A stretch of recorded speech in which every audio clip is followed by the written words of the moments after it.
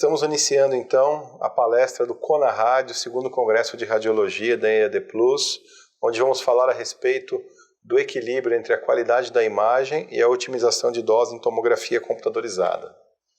Começando a falar a respeito de otimização de dose em TC, esse assunto que é tão importante, é fundamental. A tomografia computadorizada, com todos os seus benefícios, suas aplicações clínicas, ela propiciou uma grande evolução no diagnóstico por imagem, mas também temos que tomar cuidado em relação aos riscos relacionados à radiação. Bom, para falarmos a respeito de tomografia, para falarmos a respeito de questões técnicas da qualidade da imagem e de dose, temos que dar um passinho atrás na história e relembrarmos que ainda existem equipamentos single slice, chamados equipamentos de aquisição helicoidal com apenas uma fileira de detectores.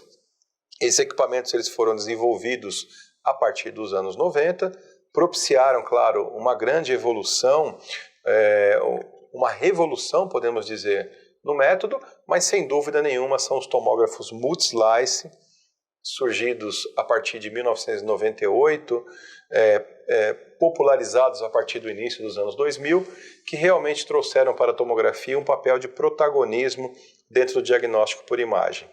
Então, só para a gente fazer uma rápida cronologia a respeito dessa evolução, nós temos que lembrar que a tomografia ela nasce lá nos anos 70 e 80 com equipamentos axiais de terceira, primeiro de segunda e depois de terceira geração, onde eram realizados apenas cortes específicos individuais em regiões anatômicas e nós tínhamos então exames com poucas imagens, algumas dezenas de imagens por estudo tomográfico.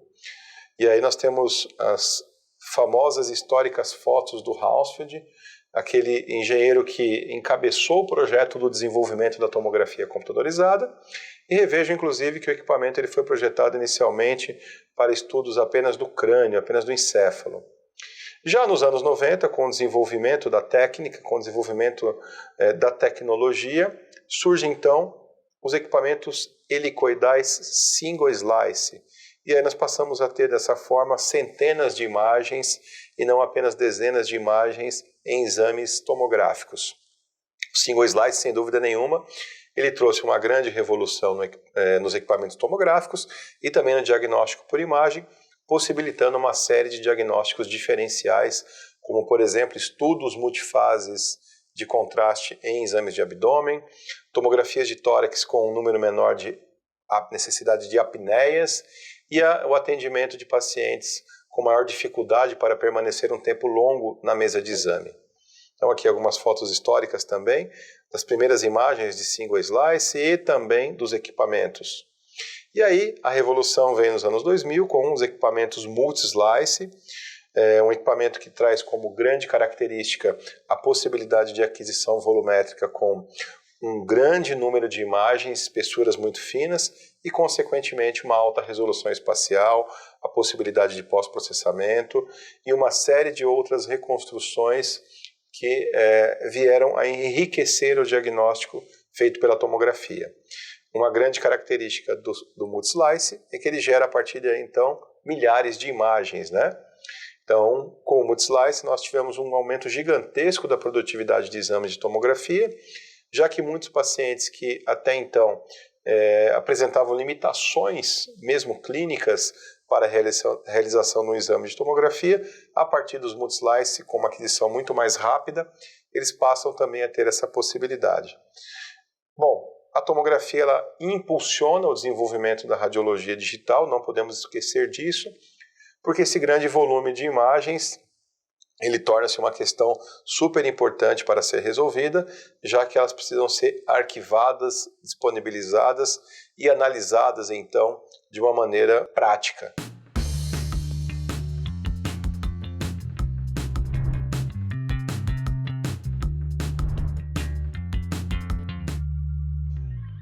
Bom, com tudo isso, com todos esses benefícios que falamos nessa pequena pincelada introdutória sobre a história do desenvolvimento da tomo, nós não podemos esquecer que esse grande número de exames trouxe também uma preocupação.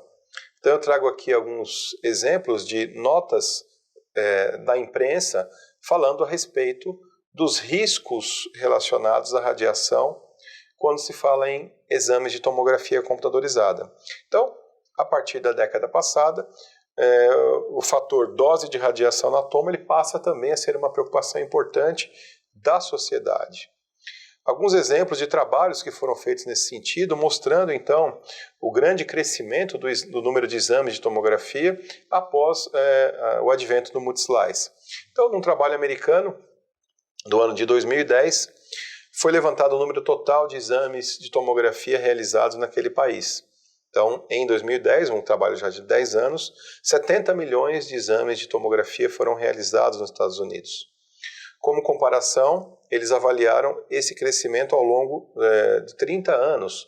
Então, demonstrando que, por exemplo, em 1980, apenas 3 milhões de exames de tomografia haviam sido realizados, o que demonstra um crescimento médio de cerca de 10% no volume total de exames anual, muito significativo. Em paralelo, só a título de comparação, um trabalho que foi feito em São Paulo, aqui no Brasil, mostrou que em um serviço de pronto-socorro, o número de exames de tomografia ele duplicou em 7 anos e avaliando o número de exames nos últimos 15 anos, ele triplicou. Então isso mostra que existe uma tendência, e essa tendência se confirmou, de crescimento de exames com o número maior também de possibilidade de atendimento com o multislice. Então, muitos pacientes realizam vários exames ao longo da vida. Então, aqui um exemplo de dados desse artigo de 2009 que mostra que alguns pacientes chegam a realizar mais de 100 tomografias ao longo da sua vida. E a tomografia ela tem um papel super relevante na dose total de radiação recebida pela população em exames radiológicos. Então, a tomografia equivale a 50% da dose de que a população recebe em exames. Esse outro trabalho feito nos Estados Unidos, complementando o estudo inicial apenas que demonstrava a volumetria de exames, numa estratificação específica, mostrou que dos 70 milhões de exames, 6 milhões eram de criança. Tratam-se de um público de maior risco. Um outro trabalho demonstra que os riscos relacionados a doenças causadas por radiação, eles aumentam de 2 a 3 vezes em crianças, porque têm órgãos mais sensíveis e também possuem, claro, uma maior expectativa de vida, o que faz com que haja possibilidade, tempo hábil, para que essas doenças causadas pela radiação se desenvolvam. Outros trabalhos demonstram que de 1,5% a 2% de todos os cânceres estão relacionados à radiação por tomografia, e esse mesmo trabalho ele mostrou, um trabalho feito em 2007, que cerca de 1/3 daqueles pacientes avaliados tinham exames de tomografia que eram considerados desnecessários. Um outro trabalho também do mesmo ano demonstra que 1% dos cânceres nos Estados Unidos tem uma relação com a radiação proveniente dos exames radiológicos. Um outro trabalho mais novo, de 2012, afirma que tomografias em crianças pode triplicar o risco de leucemia e de tumor cerebral, ou seja, estamos falando de uma questão muito significativa e pertinente. Só para a gente ter uma ideia, de maneira global, do impacto das doses de radiação da tomografia, eu gosto sempre de comparar. Se nós compararmos uma radiografia de tórax com uma tomografia de tórax, a tomografia entrega ao paciente cerca de 500 vezes mais radiação, o que é muito significativo. Isso pode ser comprovado nesse quadro de doses da CENEM, você encontra isso no site da CENEM, em que nós vamos observar a grande diferença do volume total de doses se compararmos os dois métodos. Bom, graças a essa preocupação, então vários trabalhos começaram a ser feitos, levando em consideração que a otimização de dose em exame de tomografia é, sem dúvida nenhuma, algo super pertinente e importante. Porém, uma coisa que tem que ficar sempre destacada quando falamos em otimização de dose é que a qualidade diagnóstica do exame ela não pode ser sacrificada. Então esse equilíbrio é o que todos vamos buscar quando falamos em termos de proteção ao paciente. Então, só para a gente ter um exemplo, ao contrário do que acontece na Europa e nos Estados Unidos, na América Latina em geral não há um enquadramento legal suficiente para regulamentar o uso seguro das radiações ionizantes em medicina. Portanto, a consciência de que os exames de tomografia podem implicar em altas doses de radiação por parte do profissional que opera o equipamento é fundamental para que essas ações e esses padrões seguros sejam tomados.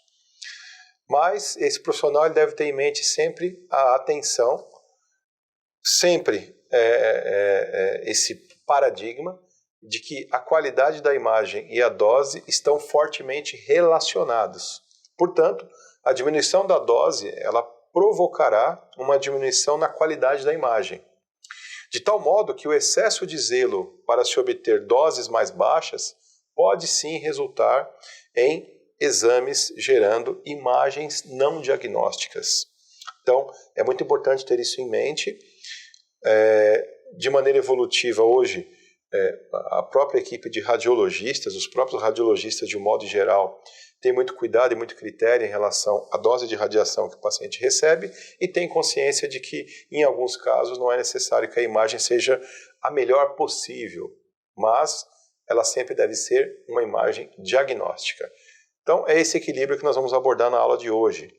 Portanto, a verificação da qualidade da imagem e das doses para os diferentes modos de exposição vão constituir a base da constância para a avaliação desses equipamentos e dos protocolos. Então, esse processo é decisivo para o aprimoramento da qualidade das imagens, levando em consideração a sua aplicação clínica, de forma que elas sejam diagnósticas e, portanto, aceitáveis, e aí, é claro, com taxas de dose que sejam tão reduzidas quanto razoavelmente exequíveis. É o nosso princípio ALARA, né? Então nós temos para isso níveis de referência.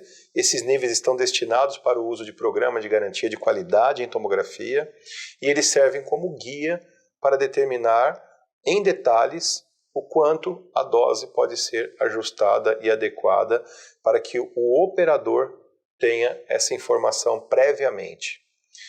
Se o resultado das doses é maior do que o necessário, por exemplo, faz-se então necessário que sejam revistos, revisitados os padrões de qualidade. Então, o objetivo maior é sempre níveis mais baixos quanto possíveis, sendo gerado uma imagem de qualidade diagnóstica e não a melhor imagem possível. Bom, só para a gente ter uma referência, o FDA é um órgão governamental americano que regula as questões relacionadas à saúde, conclui que 10 milisievert, uma dose aproximada de uma tomografia de abdômen, já aumenta o risco de morte por câncer em 0,05%. É claro que estamos falando de uma informação aproximada. Considerando que a incidência natural de morte por câncer em qualquer pessoa nos Estados Unidos é de 20%, cerca de 400 vezes esse valor, uma única tomografia aumentaria o risco de desenvolvimento de tumor nesse paciente em cerca de 20%. Então, é importante e temos que ressaltar que trata-se de uma preocupação super pertinente. A quantidade de radiação recebida por um paciente durante o exame de TC é função dos parâmetros técnicos, ou seja, vai depender muito do operador para que essa quantidade de dose ela possa ser ou não excessiva. E essa dose ela pode variar consideravelmente de equipamento para equipamento e de imagem para imagem, baseado nesses parâmetros que o operador utiliza. É importante sabermos então que esse equipamento ele deve passar por avaliações. Então aí a equipe de físicos, né, ela vai ficar responsável por realizar testes, e esses testes eles ocorrem em simuladores dosimétricos e eles vão comprovar então que o equipamento funciona de maneira adequada. Os principais fatores que o operador tem que se atentar no momento de realizar uma tomografia são miliampere, tempo de exposição, o kilovolt e o pitch. Nesse caso, o profissional ele deve conhecer esses parâmetros de modo a poder ajustá-los conforme o protocolo. Então, um exemplo é o miliampere, o famoso MA. É representado por essa sigla e determina a intensidade do feixe de radiação que é proporcional à intensidade do fluxo de elétrons dentro do tubo de raio-x. A variação do MA ela não possui nenhum efeito na energia do feixe de radiação. Então, teoricamente, ele afeta apenas a taxa de produção de raio-x, ou seja, a quantidade de radiação, a quantidade de raio-x, e não a energia dos fótons. Já o tempo, que é representado pela sigla S, é correspondente exatamente ao tempo de radiação. E em radiologia diagnóstica é medido em segundos ou fração de segundos. A corrente do tubo é justamente a soma do tempo e do MA, é o MAS. Portanto, a corrente do tubo expressa em miliampere segundo também exerce um efeito significativo sobre a dose de radiação enviada ao paciente. Um paciente com caráter corporal maior, por exemplo, exige aumento na corrente do tubo para se obter uma quantidade de radiação e, portanto, a qualidade adequada diagnóstica dessa imagem.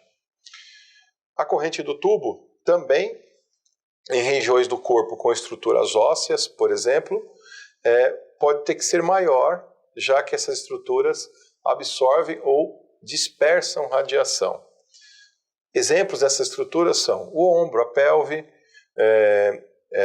regiões da transição tóraco-cervical, regiões do pescoço.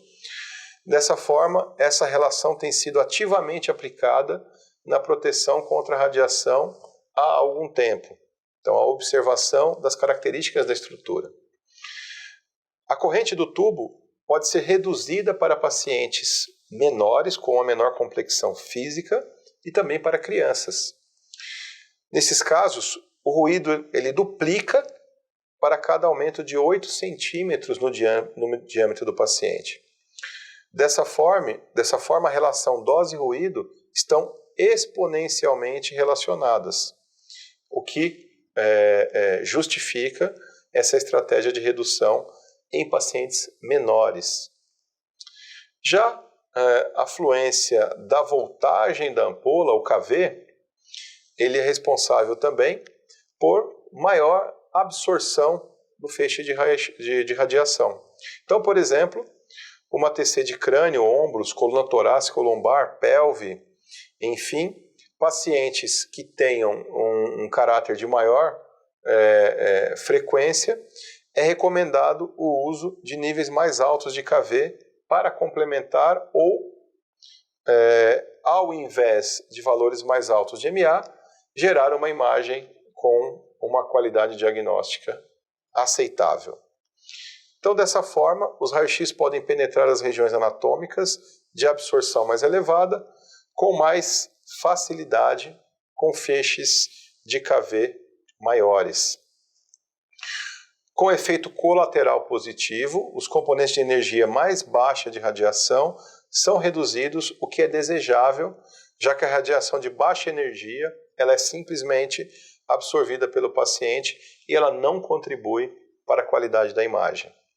Então, para o exame tomográfico de lactantes ou para acompanhamento de um bolo de contraste, pode ser recomendável usar um KV mais baixo que o ajuste padrão, por exemplo.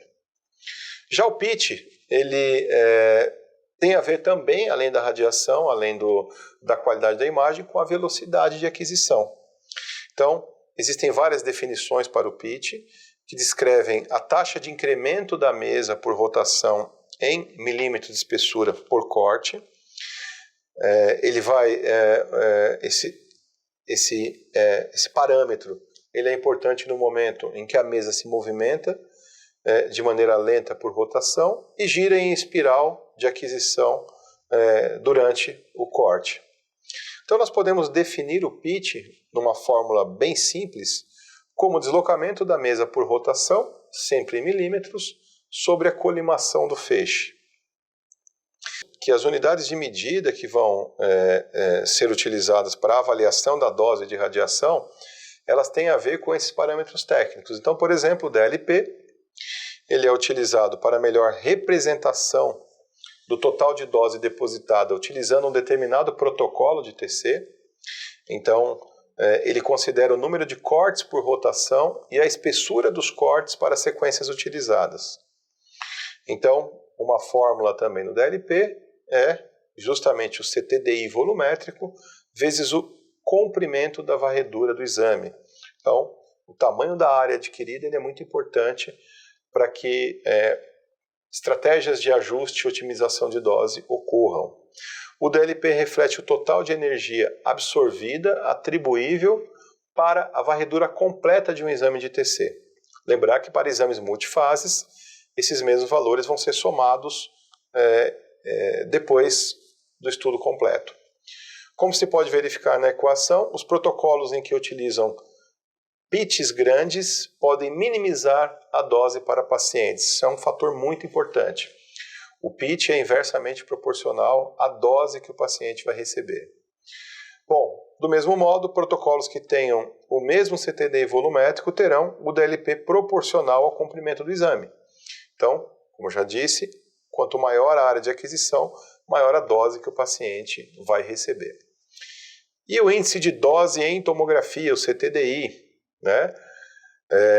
É o principal indicador de dose no exame de tomografia. Ele fornece um valor padrão sobre a magnitude da dose recebida pelos pacientes em condições específicas gerado pelos parâmetros técnicos do operador. Então, ele define-se como o valor de dose médio por unidade de espessura de corte, sendo integral do perfil de dose referente a um único corte. Então, os parâmetros ajustados, KV, MAS, pitch, vão interferir diretamente no CTDI. Então, aqui um exemplo, tá? De níveis de referência em diagnóstico e doses alcançáveis para pacientes adultos e pediátricos. Então, aqui exemplos de dimensões laterais do crânio e as doses que são aceitáveis para cada um desses perfis de paciente. Ou seja, nós possuímos referências, nós temos condições de ajustar o protocolo baseado nessas referências que são utilizadas mundialmente. Bom, o CTDI-W, ele descreve linearmente desde a superfície até o centro do Phantom e o valor de dose de radiação média absorvida é aproximadamente igual ao do valor do CTDI ponderado e representa a média aritmética das medidas efetuadas nas 4 posições da periferia. Então nós temos, por exemplo, o CTDI volumétrico com o aparecimento da modalidade helicoidal, já que a partir daí as aquisições passam a ser aquisições volumétricas e não mais aquisições apenas axiais. Então, o CTDI volumétrico é exatamente o CTDI-W corrigido pelo pitch, já que nós vamos ter, a partir dos equipamentos helicoidais, uma aquisição volumétrica ininterrupta. Existem também as técnicas de reprodução filtrada, onde as imagens de tomografia são geradas da atenuação dos feixes de raio-x nos detectores e, por sua vez, existe uma interação da reconstrução dessas técnicas analíticas, produzindo então uma retroprojeção filtrada, que até hoje é usada para a modalidade durante as suas reconstruções. Então, uma outra ferramenta que é importantíssima para o controle de dose, e talvez seja uma das mais revolucionárias, é justamente o modulador do tubo de raio-x, que é o controle automático da exposição, que vai ajustar o MA através de sensores eletrônicos, conforme a espessura e a densidade da estrutura. Então, esses moduladores vão levar em consideração o peso do paciente e o posicionamento do paciente no equipamento. Um posicionamento inadequado, ele pode interferir muito na dose total que esse paciente vai receber. Daí a importância de uma boa atenção do operador para a realização desse exame.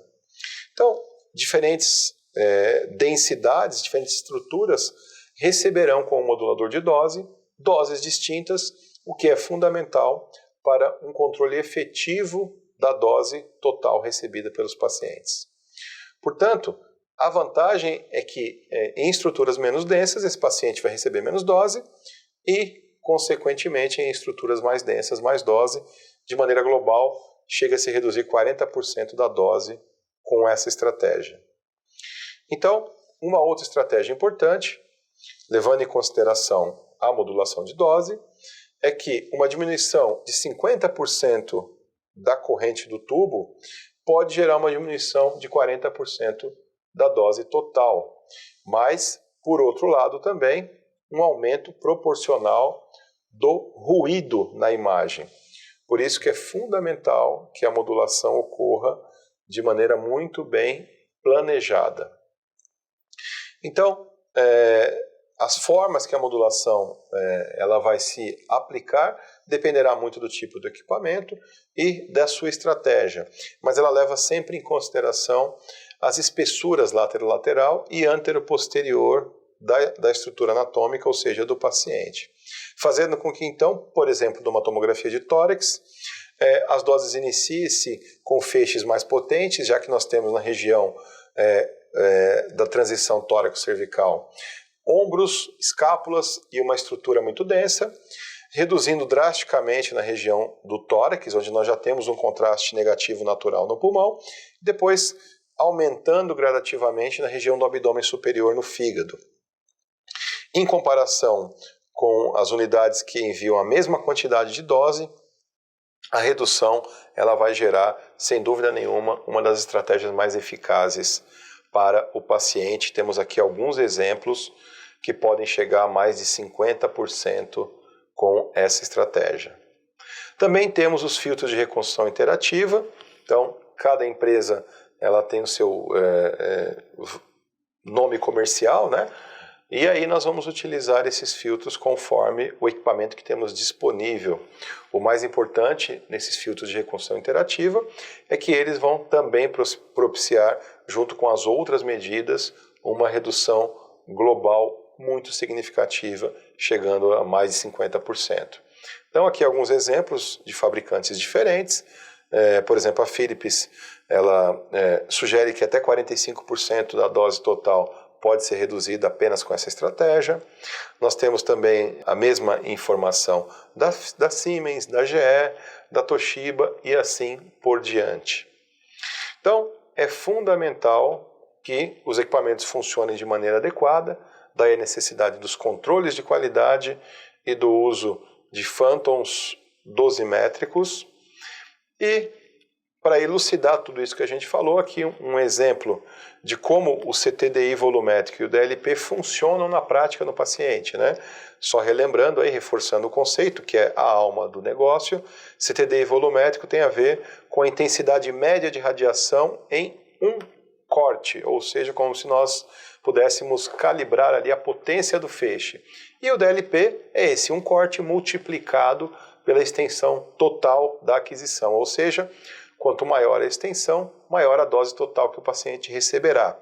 Também, quanto maior sejam os parâmetros configurados no feixe de radiação, maior a dose que o paciente receberá. Portanto, nós podemos trabalhar nesses dois aspectos para o controle de dose. Temos também valores de conversão, já que nós temos que levar em consideração que nem todas as estruturas anatômicas têm a mesma radiosensibilidade.